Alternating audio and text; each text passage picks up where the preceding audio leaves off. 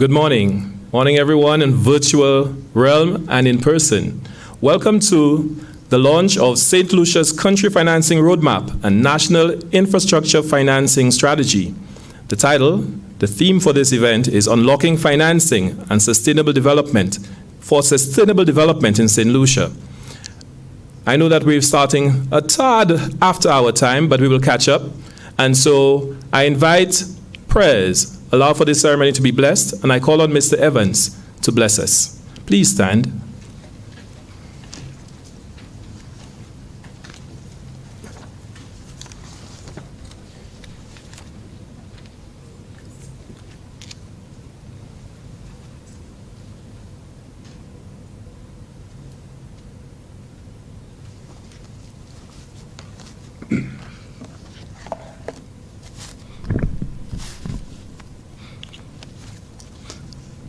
Let's all bow our heads for prayer.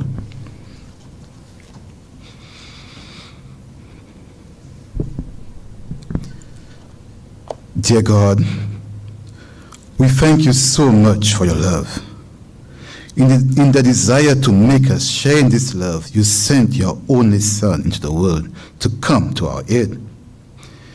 In his great love for us, Christ said that whatever we do for the least among us, we do for him.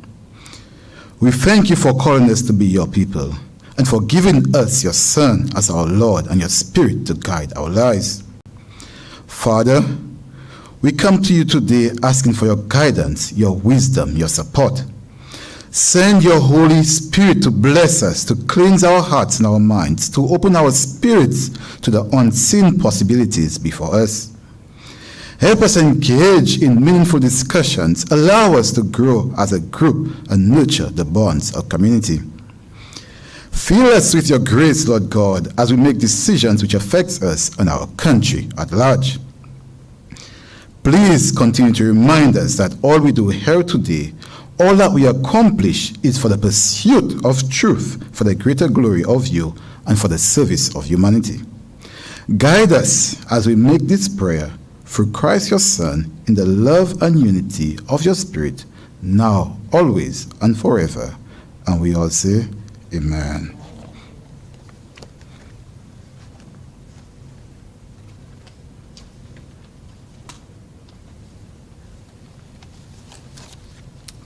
Please continue standing as we listen to the instrumental version of our national anthem.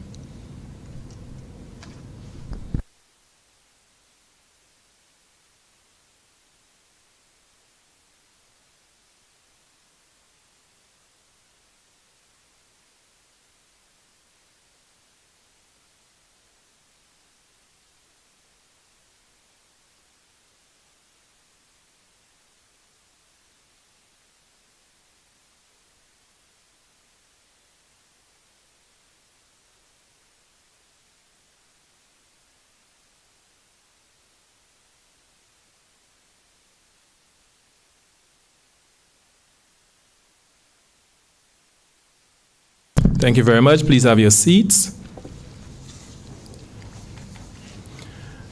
So to catch up, we will be doing our protocol list in a different order. So I'm going to acknowledge the head table and persons here, and then we'll come back and identify particular persons. I also have my co-host, Ms. Lisa Joseph here, who will also be acknowledging persons in the virtual realm as well. So let me acknowledge Honorable Wayne Girard, Minister in the Ministry of Finance, Economic Development, and the Youth Economy. Ms. Esther Rigobert, she is the PS of Finance and Director of Finance. Mr. Claudius Emmanuel, I'm very sorry, and he is the PS in the Ministry of Economic Development. Let me acknowledge other senior officers, members of civil society organizations, our development partners, and we will shorten the protocol list and come back to it after the first presenter. Let me welcome Mr. Claudius Emmanuel, the Permanent Secretary, to deliver the welcome address. Let's invite him, let's welcome him.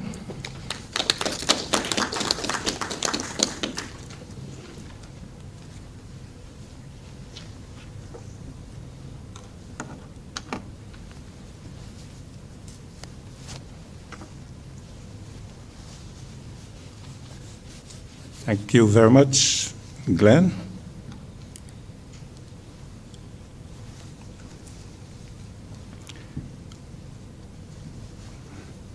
Honorable Wayne Girard, Minister in the Ministry of Finance, Economic Development and the Youth Economy, colleague permanent secretaries, excellencies, distinguished ladies and gentlemen, here and online, good day. It gives me great pleasure to welcome you to the launch of the Country Financing Roadmap, CFR, and the National Infrastructure Financing Strategy, NIFS, with our development partners, the World Economic Forum, WEF, and the United Nations Office for Project Services, UNOPS. I am indeed grateful for the high level of participation, both in person and virtually. It is testament to the importance of these initiatives as St. Lucia takes meaningful steps to reposition itself in a competitive environment. Today's launch is themed Unlocking Financing for Sustainable Development in St. Lucia. And whereas both the CFR and the NIFS provide an indication of the quantum of resources required to bridge the Sustainable Development Goals SDG financing gap, and the levels of ambition that is needed to achieve success in meeting our development objectives, the initiatives must be placed in context. Accordingly, we must underscore some critical factors that have not only defined St. Lucia as a small island developing state or SIDS, but have also slowed our economic transformation and impeded our ability to achieve positive outcomes. St. Lucia continues to face a host of challenges that derive from our inherent vulnerabilities: small size, trade concentration, dependency on fossil fuels, skills and capacity shortages, low growth, high debt, and high unemployment. Of course, this already dire situation is further compounded and complicated by climate change, the COVID-19 pandemic, as well as the increasing uncertainty surrounding the global economy. The CFR has been a multi-phase journey, which began with our conversation with the WEF. As we embrace the methodology for unlocking financing to address SDG implementation in St. Lucia, we had to respond to a fundamental and critical question, and that was, what is the status of SDG financing in St. Lucia? In responding, we attempted to map initiatives on the ground to identified opportunities, both in depth and breadth, where we could leverage the existing efforts as we engaged with stakeholders. In this baseline phase, we established the Secretariat to lead the process with the support of a multi-sectoral task force comprising representatives from the public, private, domestic, and international sectors. We then moved to the second phase, or the diagnostic phase, in which we identified the key challenges for capital mobilization.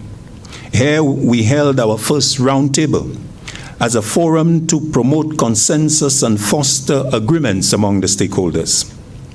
The focus of the first roundtable was on identifying the binding constraints to unlocking public and private financing. The consultations with domestic and international public sector institutions held during that phase promoted consensus on the outcomes from the diagnosis, which allowed us to move swiftly to the next phase.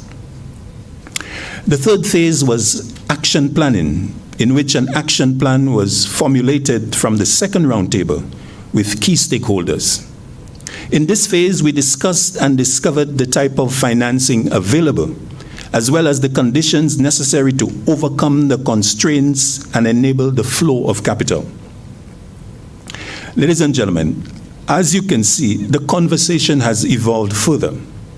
And so we are here today to present viable solutions to address barriers to investment and attract greater sources of capital to drive economic recovery and achieve the Sustainable Development Goals for St. Lucia. The CFR serves as a reference point to private and institutional investors who are seeking investment opportunities in St. Lucia. It presents a roadmap to address the challenges identified to crowding in private sector financing at scale for selected sectors.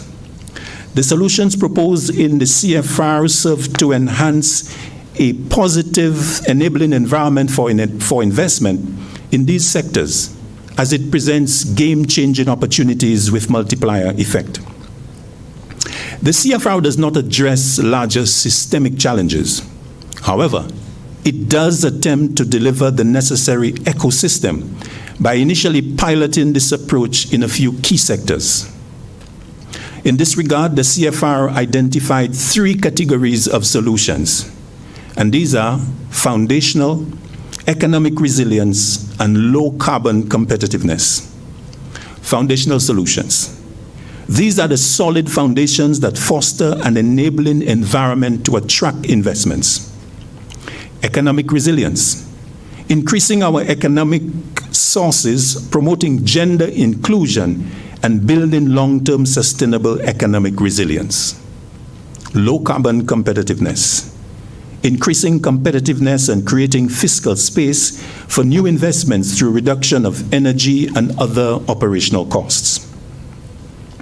These 3 categories are not meant to be structural. Rather, they are key areas of focus where St. Lucia has greater potential to leverage and can obtain a multiplier effect, keeping in mind our competitive advantages, for example, our nature-based assets. Relatedly, the National Infrastructure Financing Strategy, NIFS, is promoting a shift in the way government, private sector, and development partners are tackling infrastructure investments. It is the second milestone in the ongoing partnership with UNOPS and the University of Oxford. It follows from the National Infrastructure Assessment, NIA, and synthesizes the key factors that have slowed our development and transformation journey as a nation. While the NIA identified targeted infrastructure investments that will yield returns across multiple sectors and promote economic, social, and environmental benefits to the country, the NIFS presents prioritized options to accelerate and finance major infrastructure investments. The latter presents a structured and strategic approach to identifying and prioritizing potential sources of financing for sustainable infrastructure. This includes infrastructure aligned to our national development priorities and SDGs. Of course, ensuring project bankability remains a critical indicator. As such, the NIFS includes projects in 5 sectors across the infrastructure pipeline. It examines the historical infrastructure financing trends and financing landscape. As part of the NIFS, a financing readiness was conducted. This was to better understand bottlenecks associated with securing the available financing for the already quantified infrastructure needs. This assessment revealed various levels of project readiness and some levels of misalignment, as well as the lack of critical documentation to advance these along the pipeline. In keeping with the criteria set within the NIFS, 6 focused projects have been prioritized for implementation over the medium term.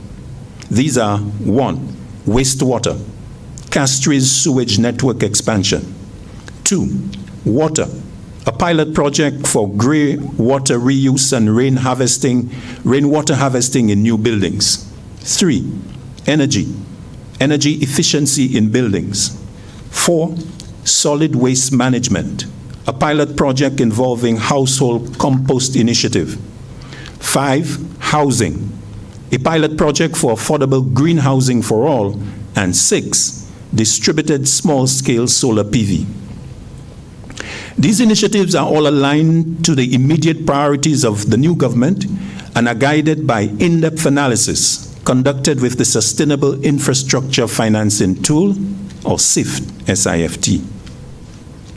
a small island developing state, our people are at the center of everything we do. Therefore, a major priority remains infrastructure investments that contribute to transforming the lives of our people by helping them achieve their goals and aspirations. This approach will deliver quality living standards and livelihoods, build climate resilience, and ensure environmental sustainability.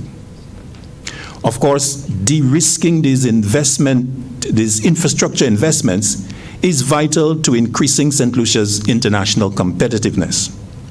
Accordingly, this is where we connect the two initiatives being launched here today. The CFR and the NIFS are complementary initiatives that support the government's efforts to advance its development agenda.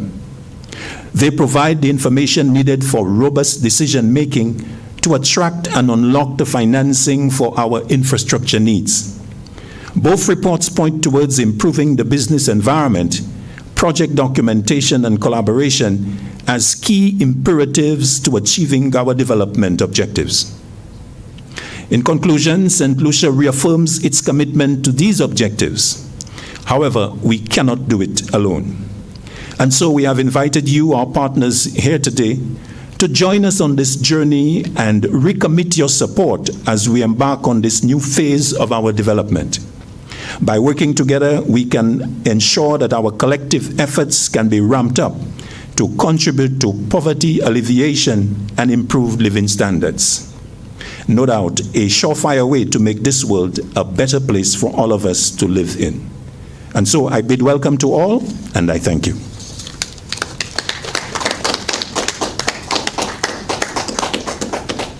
Thank you, PS, for allowing us to see exactly why those two initiatives have come together, and you put it very aptly. And I forgot to introduce myself. I'm Glenn Simon. I am the Communications Specialist with the National Competitiveness and Productivity Council. And the reason why I accepted this assignment is because competitiveness runs right through this activity. Let me acknowledge a few other persons. As we mentioned, we will do the protocol list in bits. And so let me acknowledge P.S. Ivor Daniel. He's the Permanent Secretary in the Department of Infrastructure, Ports and Transportation. Mr. Guillaume Simon, he is the Permanent Secretary in External Affairs, International Trade, Civil Aviation and Diaspora Affairs. We have senior public officers, private sector representatives, World Economic Forum, the United Nations Office for Project Services. And we will stop here and I will do the rest later while I introduce Minister Wayne Girard. And he is representing the Prime Minister today, who is not here, and I guess he will indicate why the Prime Minister's busy schedule didn't allow him, but he sent a very worthy person to tell us about St. Lucia's vision for sustainable development. So let's welcome Honorable Wayne Girard to the podium.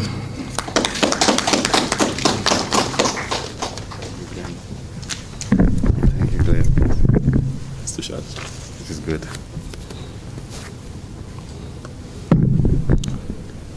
The agenda did indicate that the Prime Minister would be here with us this morning, but he got called away on a very delicate and important matter.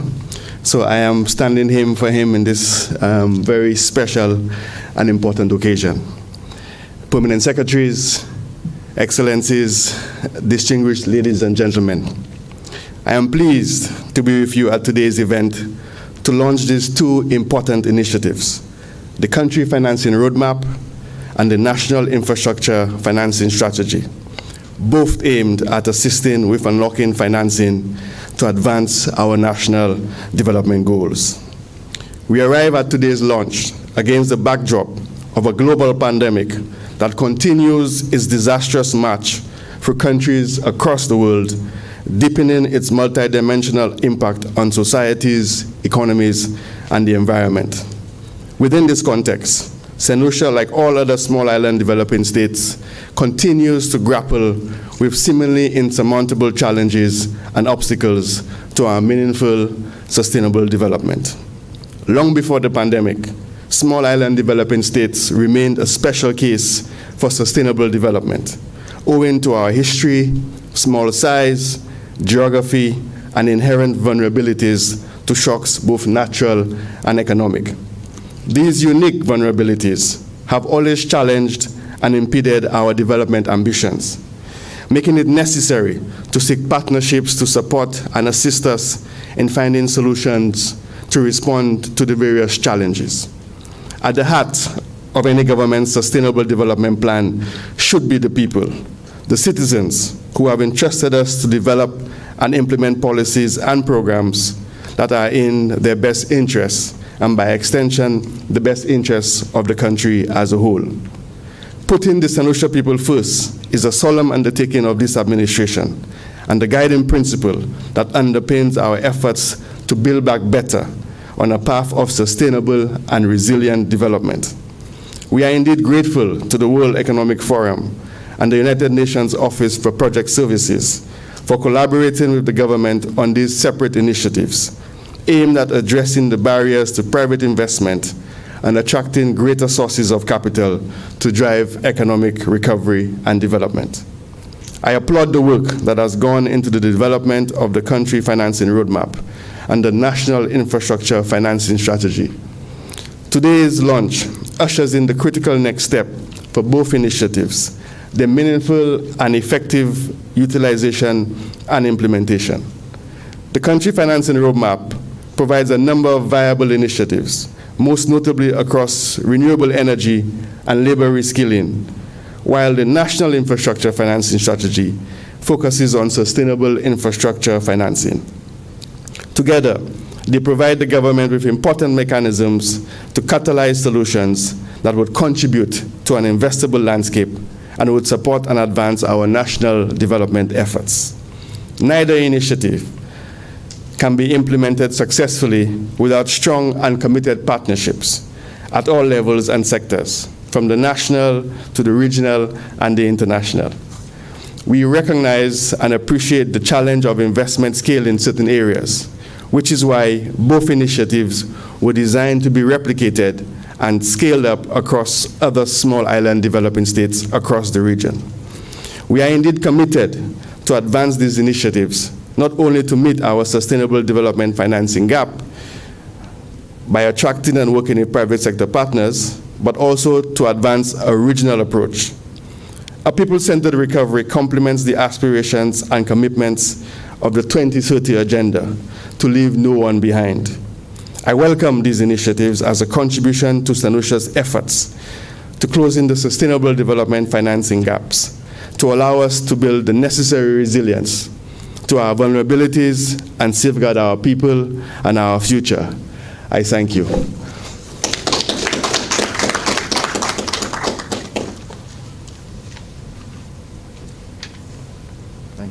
Thanks. So Minister always does me something. He raises the mic deliberately anytime he comes around, like I'm shorter than he is. Okay, so thank you, Minister, for really capturing why St. Lucia is moving rapidly ahead with establishing those two bits of financing so that we could get sustainable financing happening for St. Lucia. To put it together, St. Lucia, the two activities that we have today, we have a video, and I got a long readout for the video, but the video speaks for itself. And so I invite you to view the screens, and while our persons work very hard in the background all till 3 in the morning putting this video together, we want you to get a simplified view of what the two activities here, the CFR and the NIFS are. So I invite you to view the screen.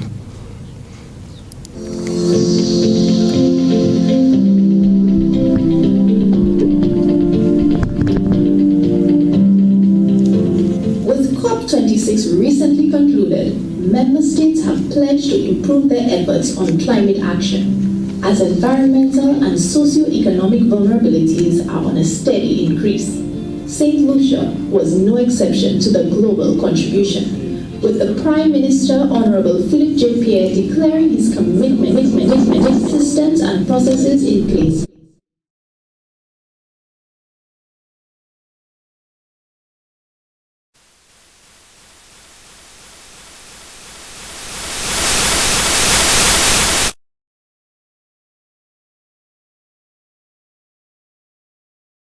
forward that aligns strategies to access finance in an effort to help our nation achieve its development objectives. These came in the form of 2 reports that contain actionable solutions aimed at positioning St. Lucia to attract greater sources of capital for development by addressing the major barriers to private investment: the Country Financing Roadmap and the National Infrastructure Financing Strategy. Both reports identify and quantify strategies to unlock capital and financing that will help achieve the immediate and long-term national development priorities as well as the Sustainable Development Goals. Beginning in 2020, the CFR was compiled following roundtable and multi-sectoral discussions with leadership representatives from over 50 institutions, including from private sector institutions, development finance institutions, banks, private investors, among others.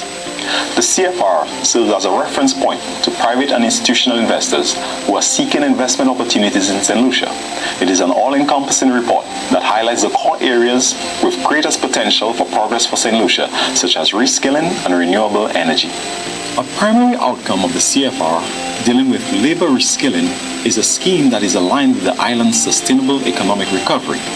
This seeks to build the capacity of 500 to 600 persons around the areas of hospitality, digital work, green and blue jobs by the end of 2022 at no upfront cost to the government of St. Lucia.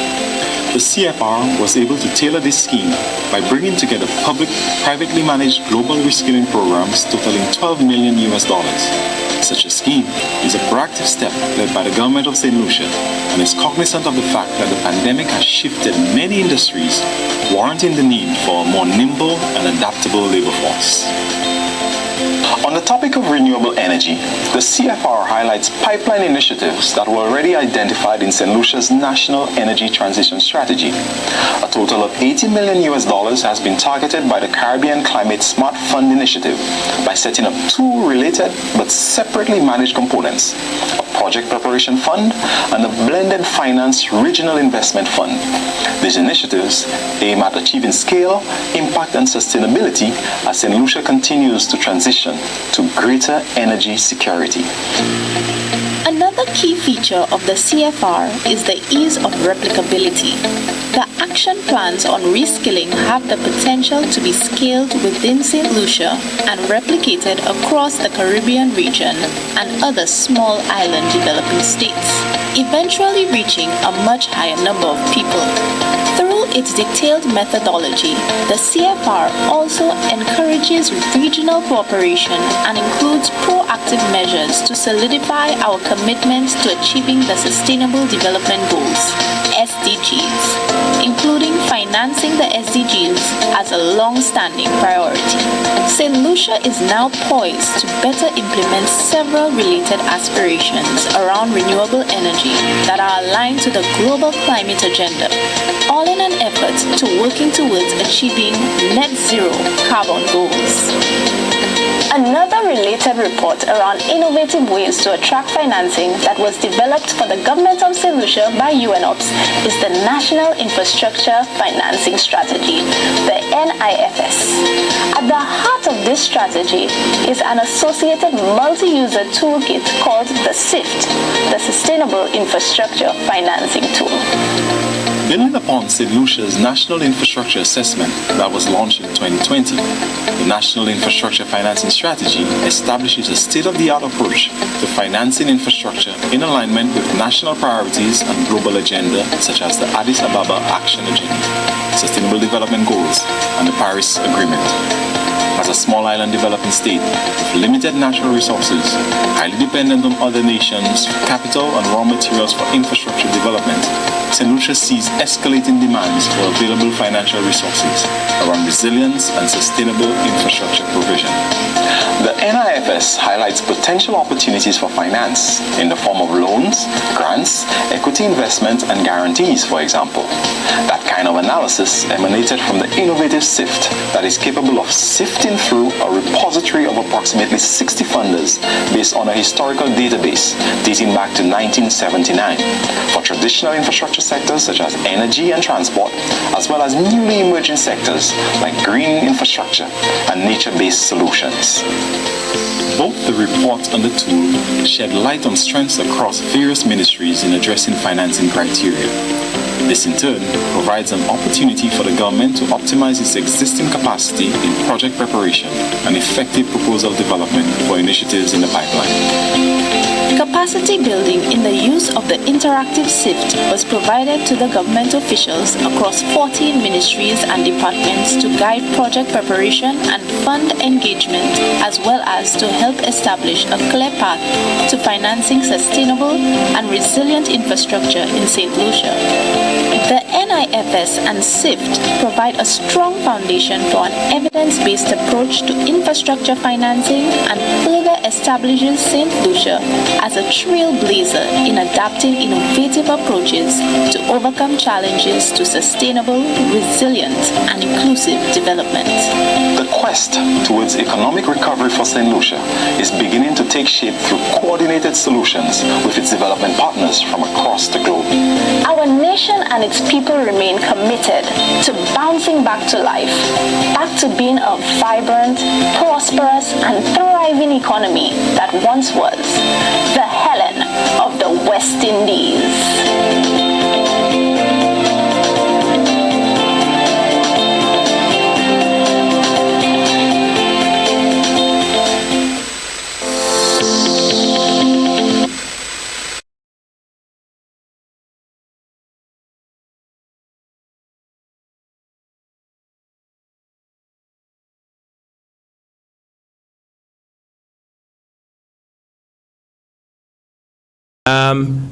We have a panel discussion that will be introduced, and let me indicate to our virtual audience our apologies.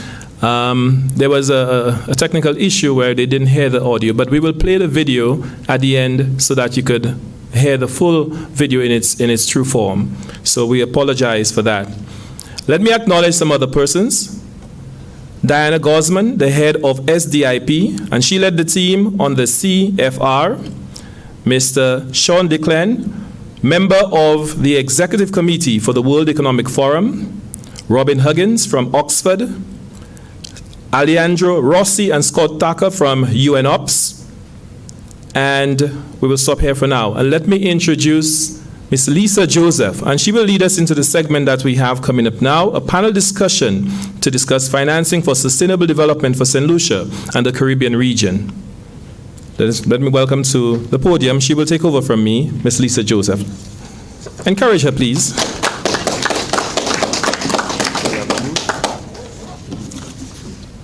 Yes. Thank you so much, Glenn. And Glenn, like the minister did to you, you're doing to me.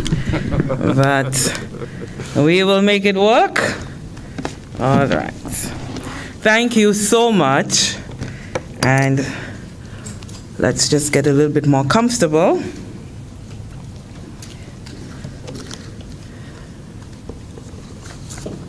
Good morning, and thank you so much. And let me say that oftentimes, as citizens of small island development states, when we think of all of the issues that we are confronted with, it is inevitable for us to have this panic rise in the pit of our stomachs. And oftentimes we're so overwhelmed that we do not believe that we can overcome all of the challenges that we are faced with. But here comes the government of St. Lucia through the various ministries and heads of departments and so forth, thinking about solutions, and that going through the country financing report and the National Infrastructure Financing Strategy report, it gave me so much hope that indeed we are not just confronted with problems, but we are shaping our destiny and our future by coming up with those solutions. So first of all, I just want to say hats off and a round of applause to the government of St. Lucia and all of the partner agencies that is assisting us in getting this done. And so we're going to discuss financing for sustainable development in St. Lucia and the Caribbean region. I want to also just provide, before I introduce our panelists, just for the context to what exactly it is that we're faced with and how those solutions are going to be addressing these issues. When we talk about climate change on the sustainable development front and sustainable infrastructure, reading in the country financing report, and I encourage you on online and at home watching us right now to try to avail yourself of some of that information. Listen very closely today, because as I now have hope, you too will be able to get that hope as well. So for St. Lucia, in 2007, St. Lucia was struck by Hurricane Dean.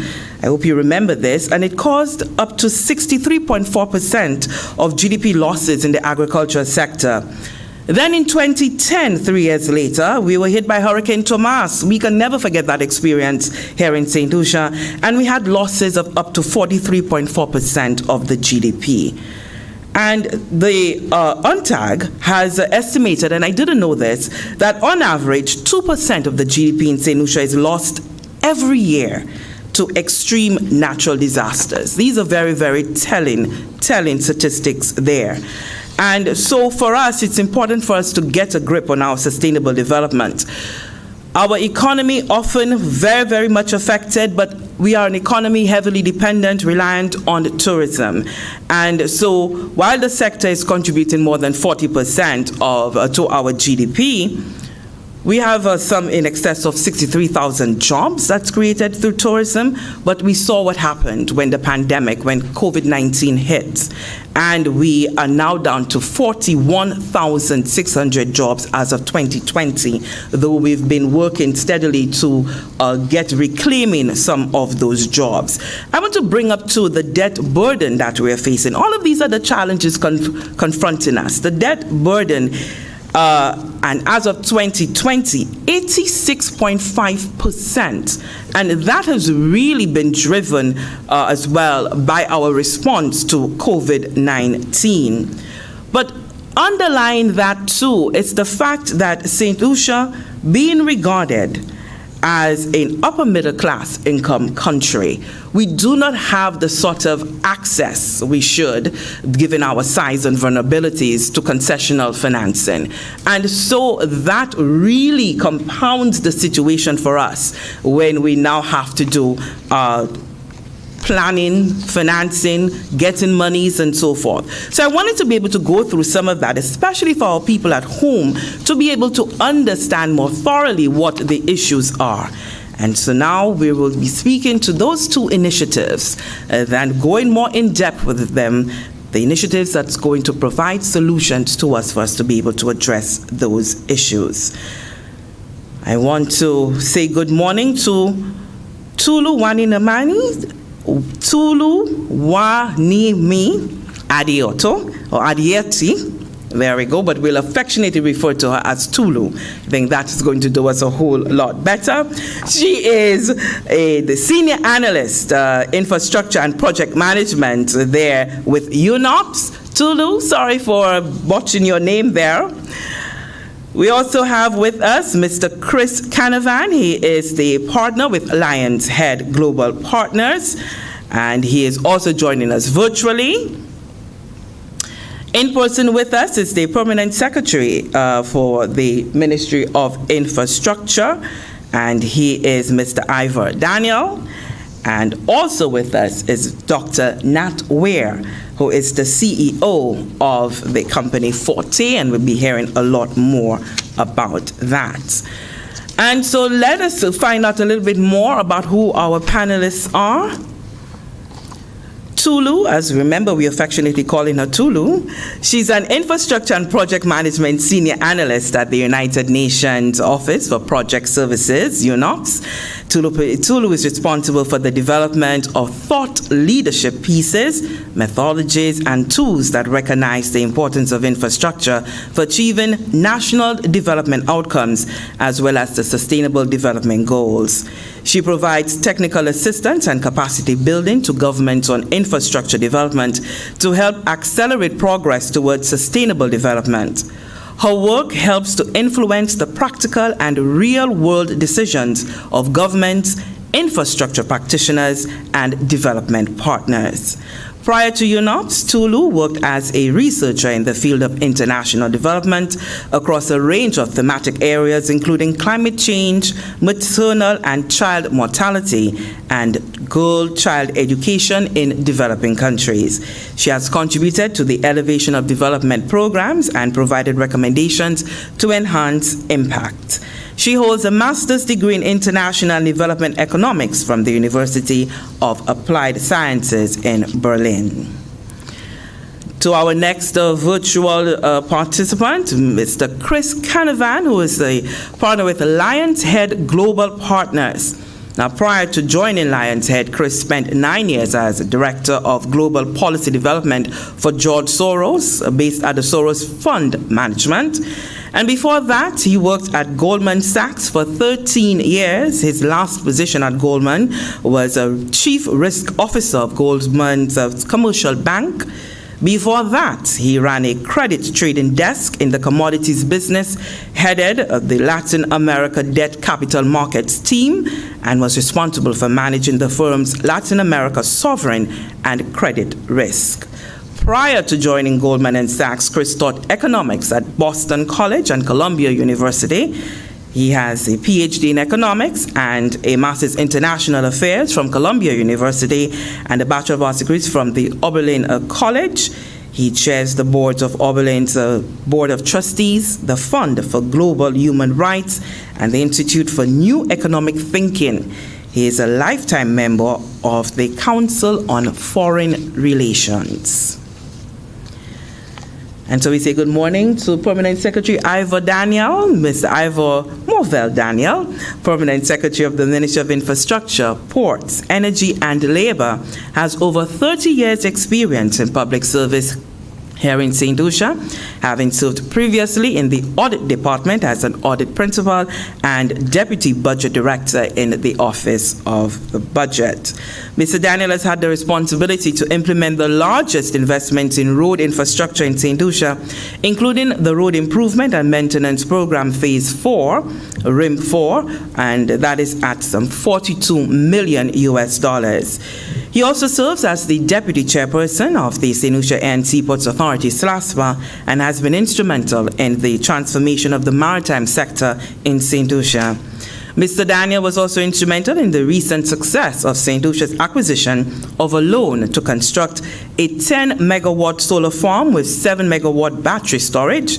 He is actively involved in St. Lucia's geothermal development project and has worked with the energy team in helping to build in resilience in schools around the island through the installation of solar PV systems with battery storage. He's dedicated to the achievement of energy independence in St. Lucia and continues to strive in leading his ministry and the Energy Department in building resilience to the adverse effects of climate change through renewable energy. Mr. Daniel holds a professional designation, accounting designation, as a member of the Certified General Accountants Association, the CGA of Canada, which is now the CPA Canada. Also a Master's of Business Administration from the Australian Institute of Business, and the designation of Chartered Director from the Caribbean Governance Training Institute.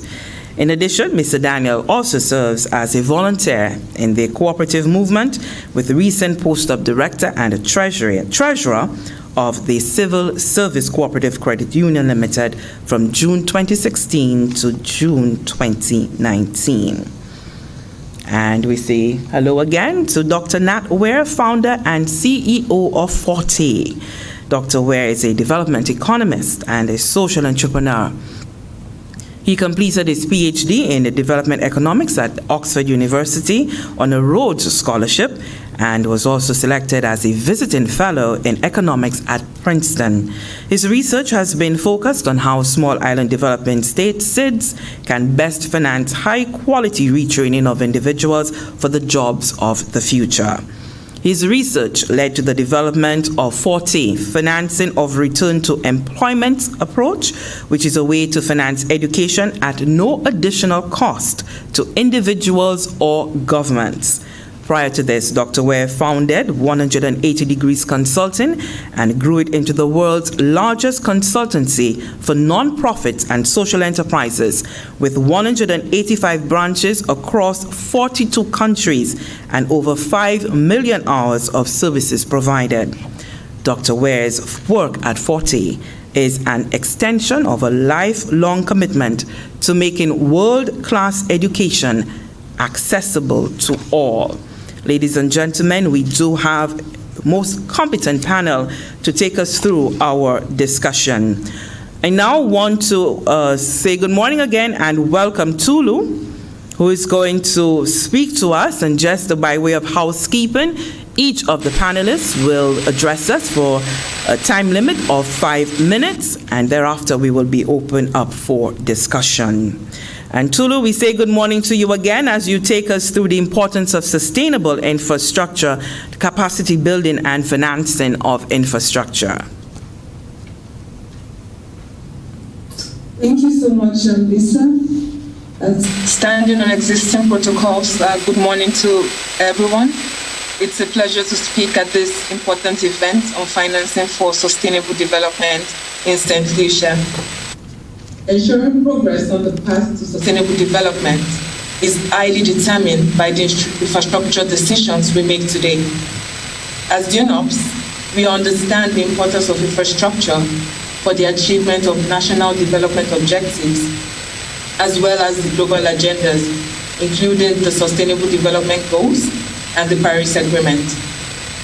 In collaboration with the University of Oxford, we have pioneered research which revealed the influence of infrastructure on the achievement of up to 92% of the targets of the SDGs. In another recent publication on climate action, our findings show that infrastructure is responsible for 79% of all global greenhouse gas emissions and accounts for 88% of all adaptation costs. This highlights the importance of infrastructure as a major route to delivering on the Paris Agreement through its profound influence on climate mitigation and adaptation. Being on the front line of climate change, infrastructure investments in St. Lucia can enable and protect development gains. Infrastructure can service needs and ensure resilience to the harmful impacts of climate change while supporting recovery from the COVID-19 crisis. However, the infrastructure deficit is a major challenge for small island developing states. There are significant service delivery gaps for energy, water, sanitation, amongst several other services. Some constraints faced in this regard are related to limited capacity and resources available for infrastructure development.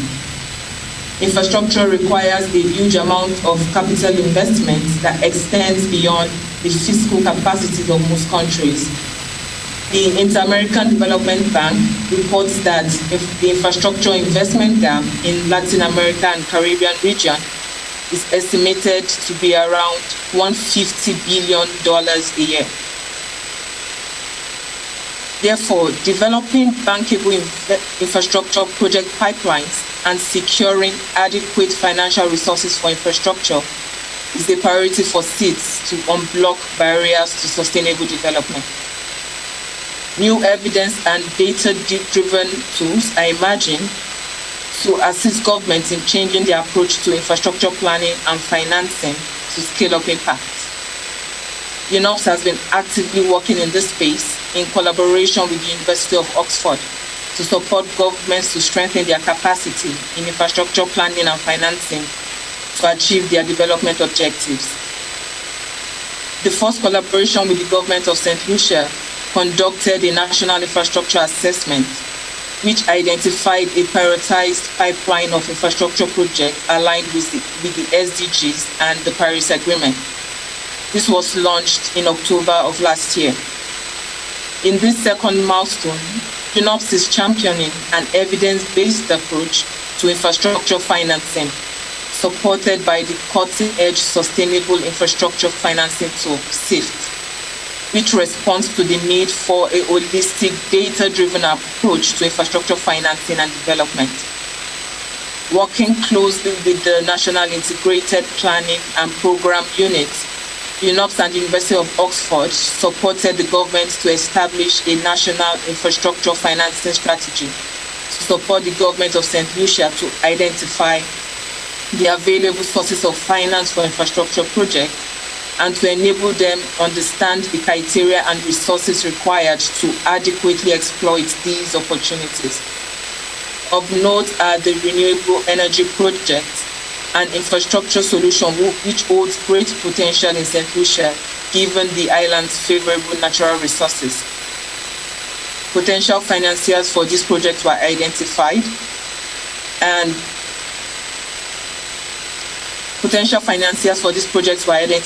as developing this project is key to enhancing the resilience of the energy sector. Sources of finance continue to expand as the public and private sector are working together more closely than ever before to support the development of small islands through financing commitments and new initiatives such as the recently launched Infrastructure for Resilient Island States facility. The financing landscape is also evolving to introduce innovative financing mechanisms such as blended finance to close the infrastructure financing gap. Governments must work strategically to attract this finance by creating an enabling environment for investors and responding to the developments from the financing community. For instance, governments need to reevaluate their approach to project preparation and optimally allocate resources to develop attractive proposals that incorporate sustainability considerations so as to increase investors' confidence. Governments should work together with important partners, including the private sector, practitioners, development finance institutions, and civil society, to take the right steps in providing infrastructure solutions that meet current as well as future needs. Today's panel has this representation of stakeholders, which is a good example of what is needed to ensure that decision makers are better informed to steer progress on the path to sustainable development. In this decade of action, the stakes are higher than ever before, and now is the time to make the right decisions for a sustainable future. There has never been a more important time to deliver the right infrastructure solutions well. UNOPS congratulates the government of St. Lucia for its excellent leadership in adopting innovative approaches and pioneering data-driven solutions to some of the most pressing challenges of our time. Thank you. And thank you so much, Tulu, for that. We'll be hearing a lot more from Tulu and questions that you may have to pose to Tulu just a little later on. Let's go again to the virtual realm and say good morning once again to Chris Canavan, who is the partner for Lions Head Global Partners, as he'll be speaking to us about financing for green energy. And it's very exciting because the Caribbean Climate Smart Fund, and as you'd have heard in the video presentation, initiative to stimulate investment in renewable energy for St. Lucia and the region. You know, there's something like $80 million for near-term investment within solar, battery storage, and wind projects in St. Lucia that have been identified within the net processes. We'll be hearing a lot more about that from Mr. Chris Canavan. Over to you, Chris.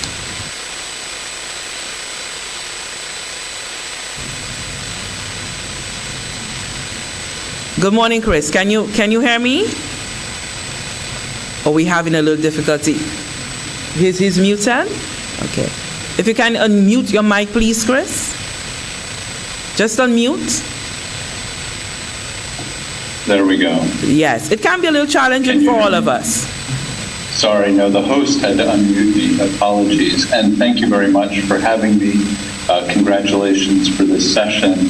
My best regards to the ministers, the permanent secretaries, and to you, Lisa, for hosting this. And I hope that I can contribute and highlight some of the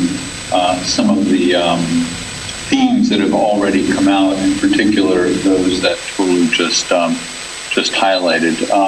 I thought, as you mentioned, that I would use this as an opportunity to describe our plans for what we're calling a Caribbean Climate Smart Fund. I'd like to lay out the rationale for it, in part to tout the fund,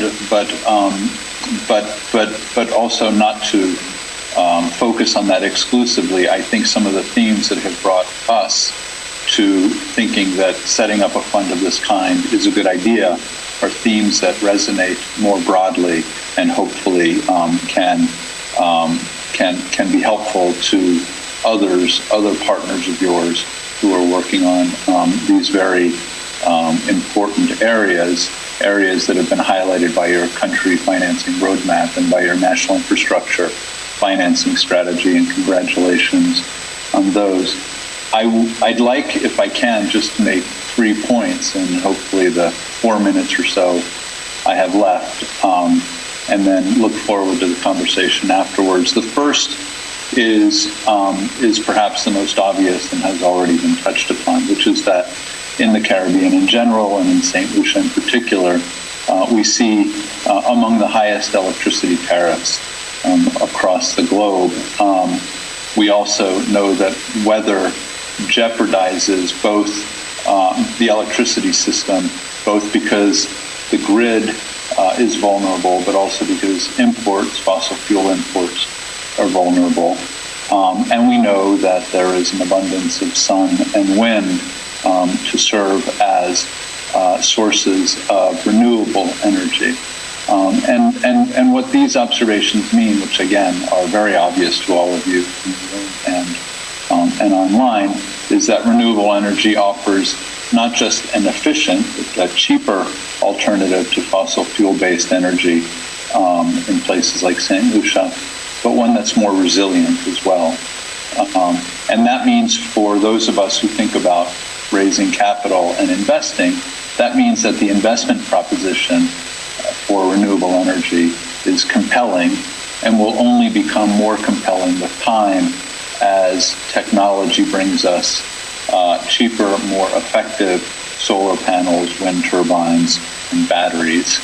And so we're excited about that. The second point I'd like to make, though, tempers that excitement. And that is the observation that renewable energy investment in places like St. Lucia and the Caribbean, but also elsewhere in the world, these investments are held back because of an uncertainty that looms over renewable energy investments, which one could refer to as kind of systemic uncertainty. And that has to do with the fact that the transition to renewable energy is not just a transition to a different source of power, a different source of energy, sun, wind, geothermal, whatever it may be. It also almost always requires a qualitative change in the business model, in the economic model that produces that energy. In incumbent fossil fuel-based systems, we have economic systems in which revenue gets generated as a markup on the cost of the fuel. And that's how rent is generated, and that's how capital and debt get repaid and the like. And we also have very centralized systems that work with big production facilities, go through transmission lines, and then get distributed. When we think about a wholesale transition to renewable energy, that model changes in very fundamental ways. First of all, the cost of the fuel is zero. Sun, wind are effectively free. And so it becomes more complicated to attach a markup and to generate the rents that are so familiar to many of us who understand fossil fuel-based utility system.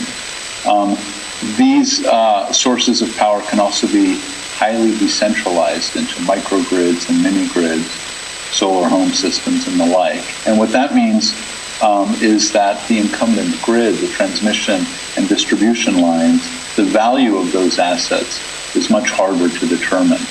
And so these qualitative changes in the way in which revenue gets generated inside the system and in the way the assets get valued brings a kind of uncertainty that looms over the transition process, and for my purposes makes it harder to make the investment case that I laid out when I made my first point, and that weighs on these investment decisions.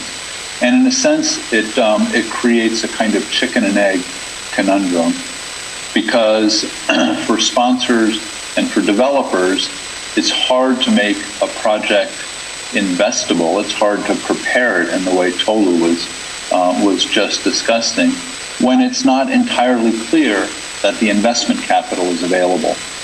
But of course, for investors, it's hard to make firm commitments to projects that aren't yet bankable, as Tolu was saying, or investable.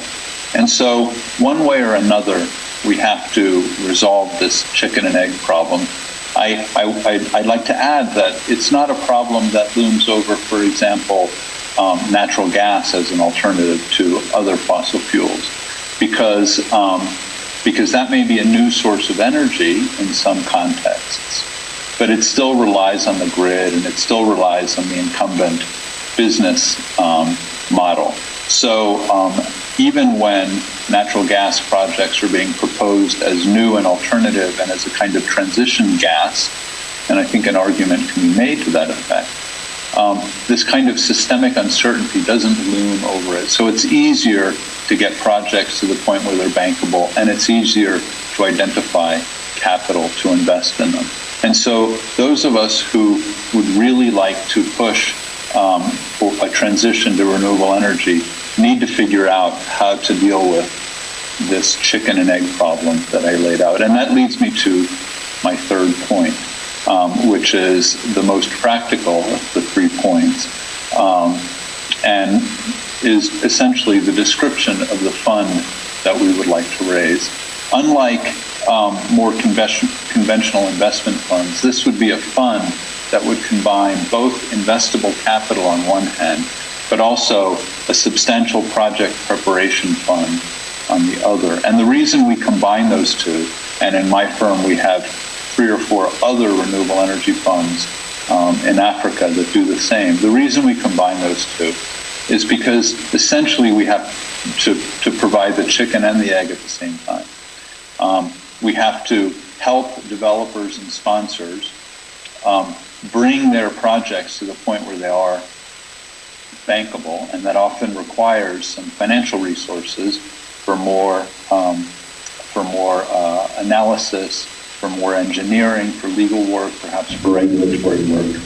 But we also need to make it clear that there exists a pool of investable capital at the ready to invest in those projects once they are bankable, because it's the presence of that investable capital that can help mobilize all of the effort, the energy, the resources to get these projects to the point where they are bankable. And that's why my firm, Lionshead, together with our partners, RMI, formerly Rocky Mountain Institute, who are really leaders in this area, that's why we're so excited about putting together this particular kind of fund. One last point, just to follow on a point that Tolu made about innovative instruments. We're expecting, because this has been our experience, that this is a fund that will have as investors both public sector and private sector investors. In other words, it will be an instrument, a fund that blends capital, blends private and public capital, which we believe is important because this uncertainty, this systemic uncertainty, this chicken and egg problem, is one that really only can be addressed effectively if we rely on not just private investors, but also public investors, whether they be bilateral or multilateral. I think I will stop there. I'm sure I've run over time. Apologies for that, but I look forward to the discussion afterwards, and thank you again. Or to engaging you later on as well. Let me recognize, I do believe I see the Minister for External Affairs to the back of the room. Let me say good morning to Honorable Alva Baptiste. Thank you so much for joining us in this important forum. We now call upon P.S. Ivor Daniel, and he will be giving us a little bit more on the St. Lucia's energy strategy, the significance of the initiatives and the reports that we've been discussing all morning. P.S.? Yes, thank you. Thank you, Lisa. And let me recognize my fellow panelists and also persons who are connecting us via Zoom, and not forgetting our audience who are present here with us, the honorable ministers and your excellencies and so on. Thank you. I think the CFR and NIFS seem to have touched on a number of areas, particularly P.S. Emmanuel did mention the issue of water and wastewater and grey water. And two areas that I think I was invited to speak on is mentioned the issue of energy efficiency and distributed small scale solar PV. St. Lucia is no stranger to the issues of climate change, and we are not great emitters of greenhouse gases, but we feel the brunt of it on an annual basis, I would say. And we have made our commitments in Paris, and we, as a country, we are living and moving through to this. On the issue of St. Lucia and our national energy strategy, we've had our national energy policy from about 2010, and we embarked on the National Energy Transition Strategy, which was mentioned earlier. And on that basis, we got it approved in Cabinet in 2018, and the NETS focus did a sort of a combination of things, looking at developing an integrated resource plan. That is, you try to get a mix of the various energy sources.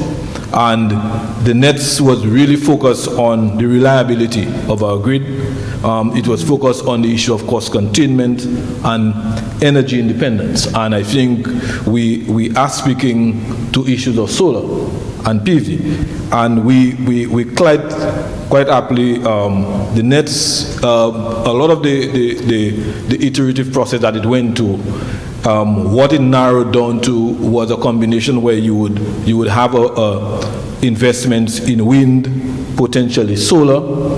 You would continue a certain level of generation of diesel, but you still have an opportunity to bring in geothermal into the mix. But geothermal, if it was brought into the mix, it would have to be at a price point of about EC 38 cents per kilowatt hour. That is where you would go into sort of a power purchase agreement with an independent power purchaser. I must tell you that at this point in St. Lucia, we've moved further in trying to get the NETS implemented, and just before I get there, it also had a bit of reliability on centrally, a lot of it was centrally owned investments, where the solar, if you needed to maintain the reliability and try to minimize the costs over, say, a 30-year period, you would definitely, a lot of it would have to be centrally owned, that is by the utility, which would be Lucilec. What has happened so far is Lucilec has invested in a 3 megawatt solar farm. We now have our renewable energy sector development project, and that project is expected to carry out geothermal exploration, and we've gotten it approved at the level of the World Bank, and we're going soon to Parliament to get this going. And that again would bring us this indigenous source of energy. So that level of energy independence, we will achieve it. So at the level of the Paris Agreement and our NDC, National Determined Contributions, what we are committing to is 35% of renewable energy by 2025 and 50% by 2050. Now we're very close to 2025. So if we were to go into geothermal, it would take us to about 50%. Take us directly with a mix of of wind and perhaps solar. Our peak demand is about 61 megawatts. So if we were to invest in a 40 megawatt geothermal farm, it would take us about 50% of our renewable energy needs based on what we've said. So we've gotten into geothermal. We have gone into an investment in wind, but that fell short because the investor died tragically. But we haven't given up as a country, so that is still very much open. Under the NIFS, we speak to energy efficiency, which is quite apt and in line with the NETs. And the issue of distributed solar, and I've noticed that there's quite a bit of funding that will become available in order for the private sector to do this. So I speak to this, but I'm speaking like everything is fine. But I must say to you that one of the greatest challenges that we have in the energy sector is the lack of the enabling legislation to allow the National Utilities Regulatory Commission or the regulator to now allow for a lot of commercial as well as private sector investment in, say, solar PV. So right now the NUC has granted some capacity limits of about 5 kilowatts for the domestic and 25 kilowatts for commercial. This is nowhere near, because there are companies that are on a very small scale. They put on a 75 kilowatt system very easily, and that's not even meeting the needs. So there's a lot of debate and there's a lot of concern. There's a lot of anxiety with persons wanting to invest in those renewable energy sources, but the enabling legislation is not in place. Are we doing something about it? Yes. We are currently at the Attorney General Chambers, where we've had sort of the initial public consultation on the legislation. We've made our submission, received some feedback, and we very likely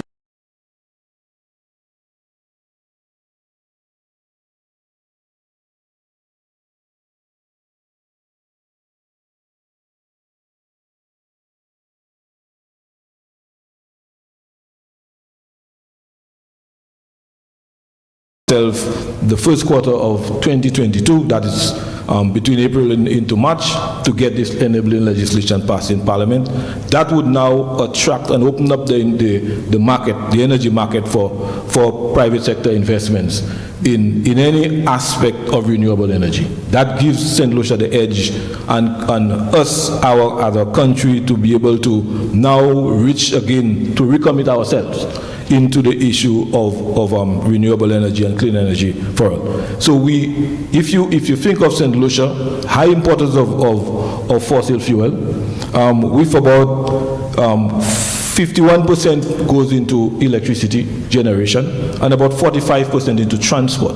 So we definitely now wanting to decarbonize our transport sector. That is, you get more, there are incentives for hybrid and electric vehicles. We see an uptick of this. We'd like some additional. We would like to see a lot more getting into this.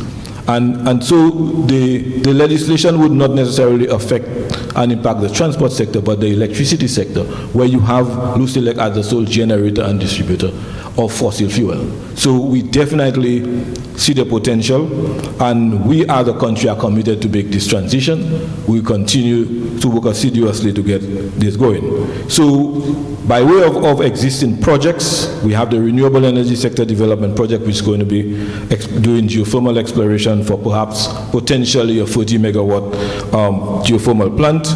We have the opportunity, once the legislation is in place, to go out there and get an investor for wind. The land has already been identified at Anscon in Dennery. That's sort of along the ridge.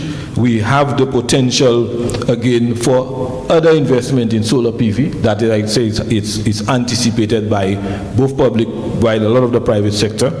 And we also have potential for offshore wind. So we've already demarcated on the maritime side our exclusive economic zone.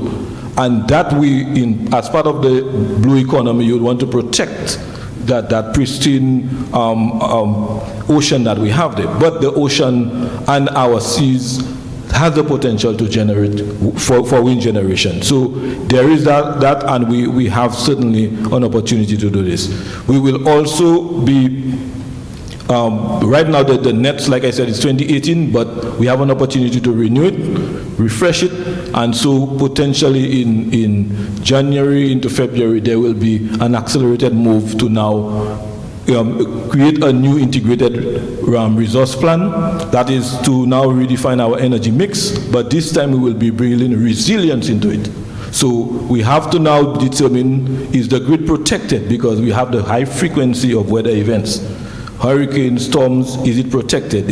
We need to be able to determine also that if we're putting all of this intermittent, because the wind and the solar are intermittent sources of energy, how much battery storage is needed for our country to build that resilience?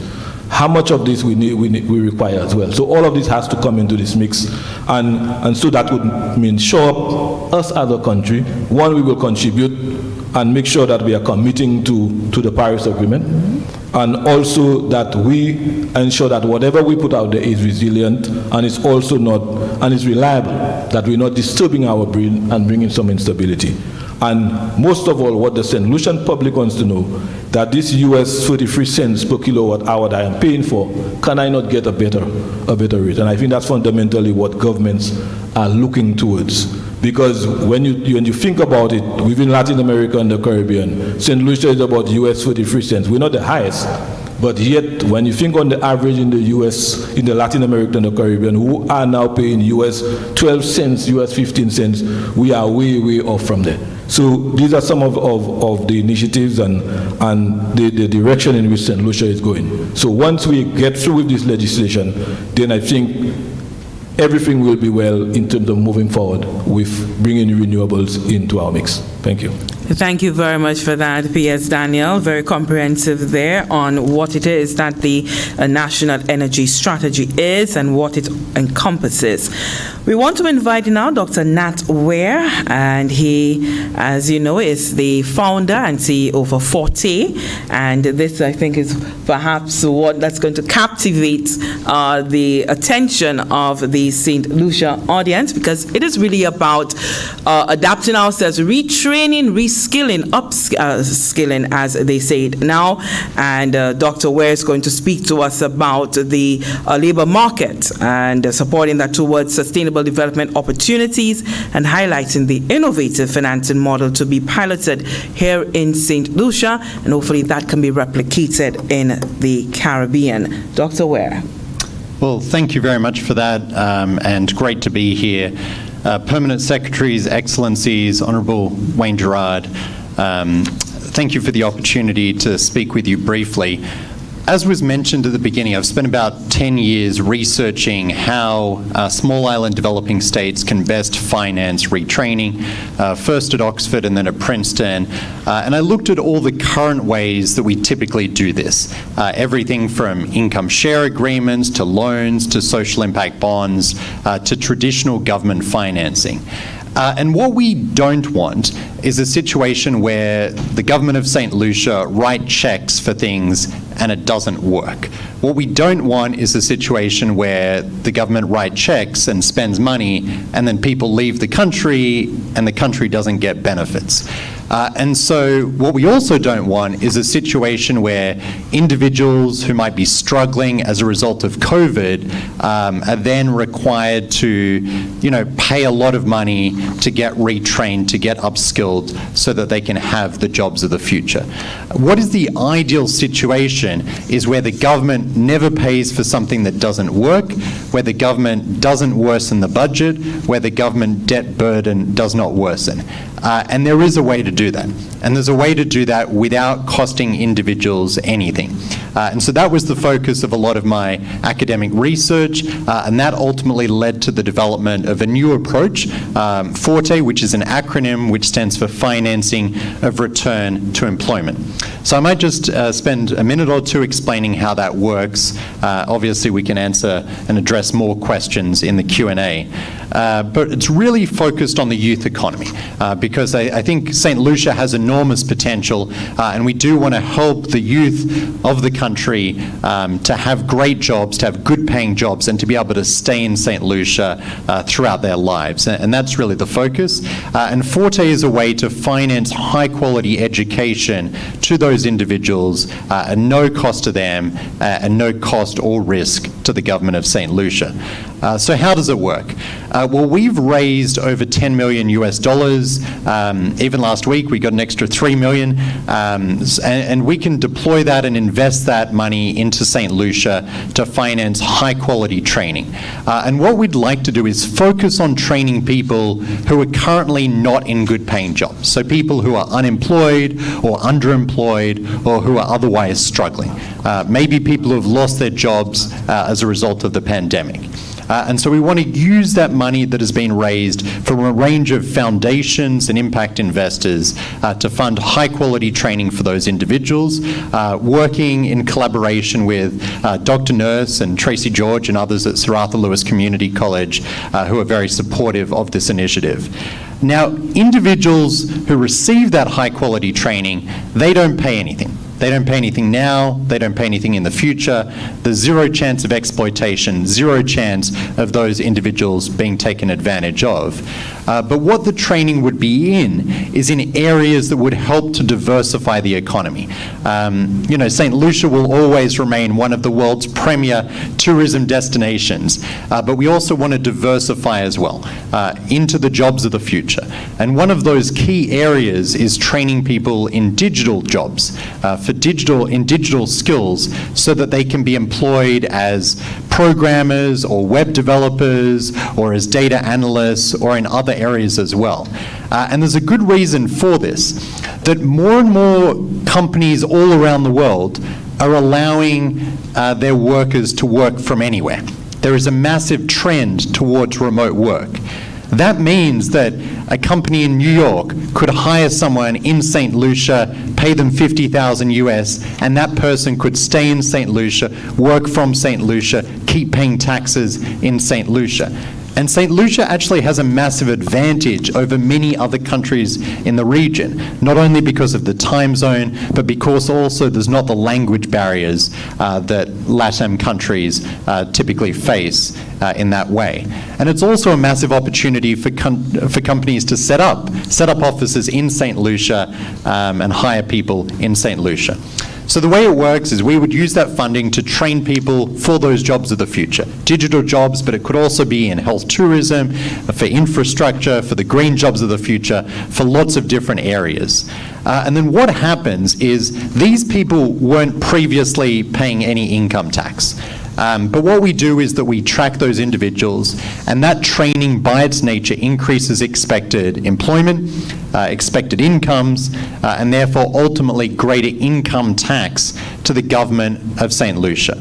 And the idea is that the government would then just reimburse a percentage of the increase in the income tax that is received for a couple of years after training. So if the training doesn't work, nothing is paid. And if the training does work and it leads to a massive increase in salaries and income tax, then some of that economic benefit, some of that is shared. And so the benefit to the government of St. Lucia is you don't have to worsen the budget to pay for education. You don't have to bear risk. In the first couple of years after training, you still get some higher income tax and just pass on a portion of that.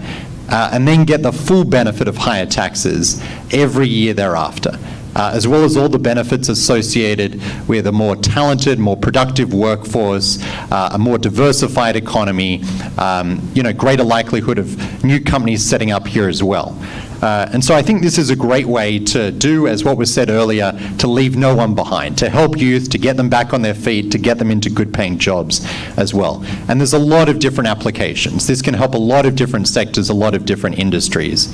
Why are investors prepared to do this? Why have we been able to raise a lot of money?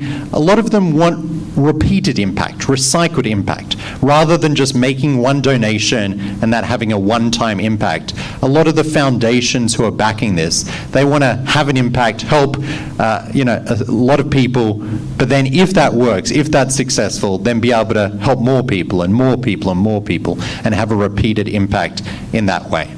So I very much view this as almost trickle-up economics. Let's help those who need it, let's help those who are disadvantaged, and then benefits flow through the system.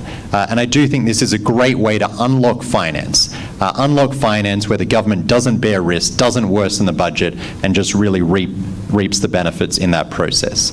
So thank you for all your work to date, and look forward to working with you to make that happen. Thank you very much for that, Dr. Ware, and you'll get to tell us a whole lot more in just a little bit.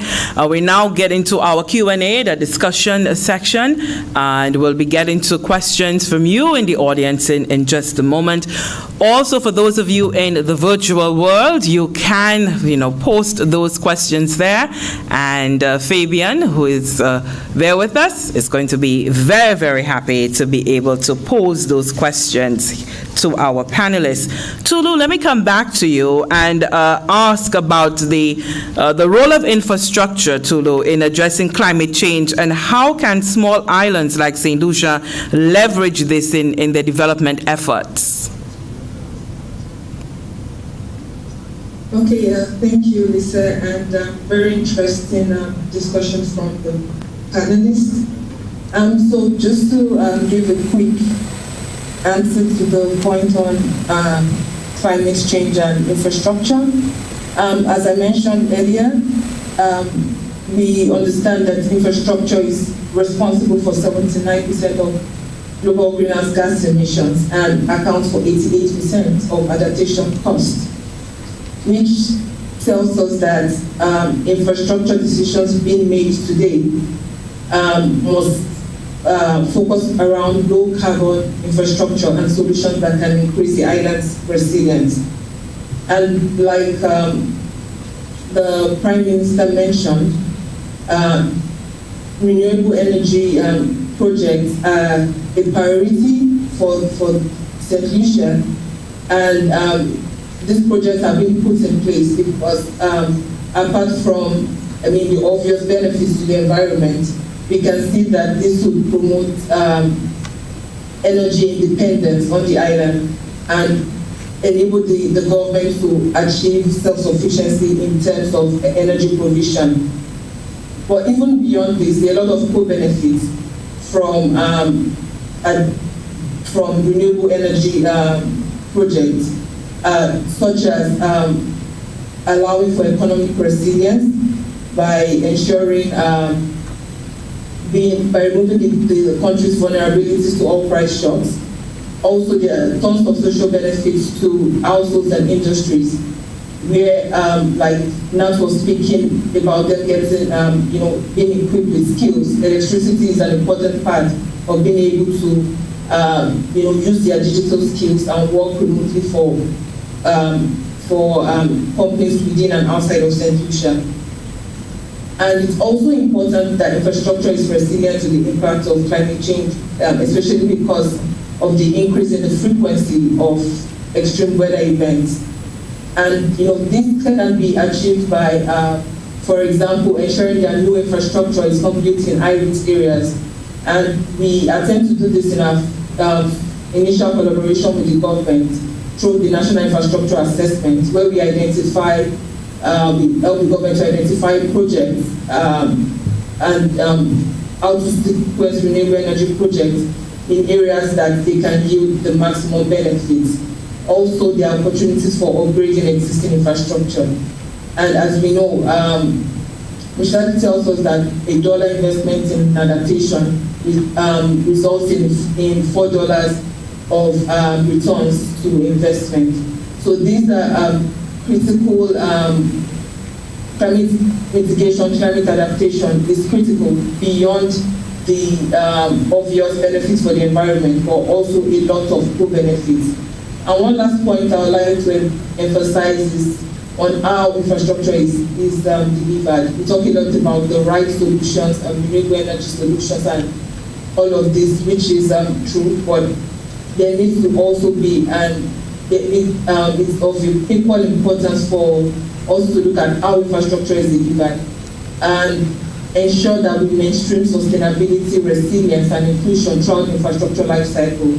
This means that we adopt sustainable approaches right from the planning processes of infrastructure to ensure the designs are resilient so that the right infrastructure is delivered well and development benefits are reaped for the present generation and the generation to come. Thank you. Thank you, Tulu, there for that response. We want to go to the audience for our first question there from the floor. Good morning to you, and to whom is your question directed? Well, good morning. My question is directed to anyone. I represent the St. Lucia Development Bank, and one of the problems that we have is the rigid terms of financing that most of these international organizations give for on-lending. So, I mean, everything I've heard this morning, excellent. But when it comes to delivery and the actual impact on our people, honestly, I don't see it. So, I don't know what's going to happen this time, right?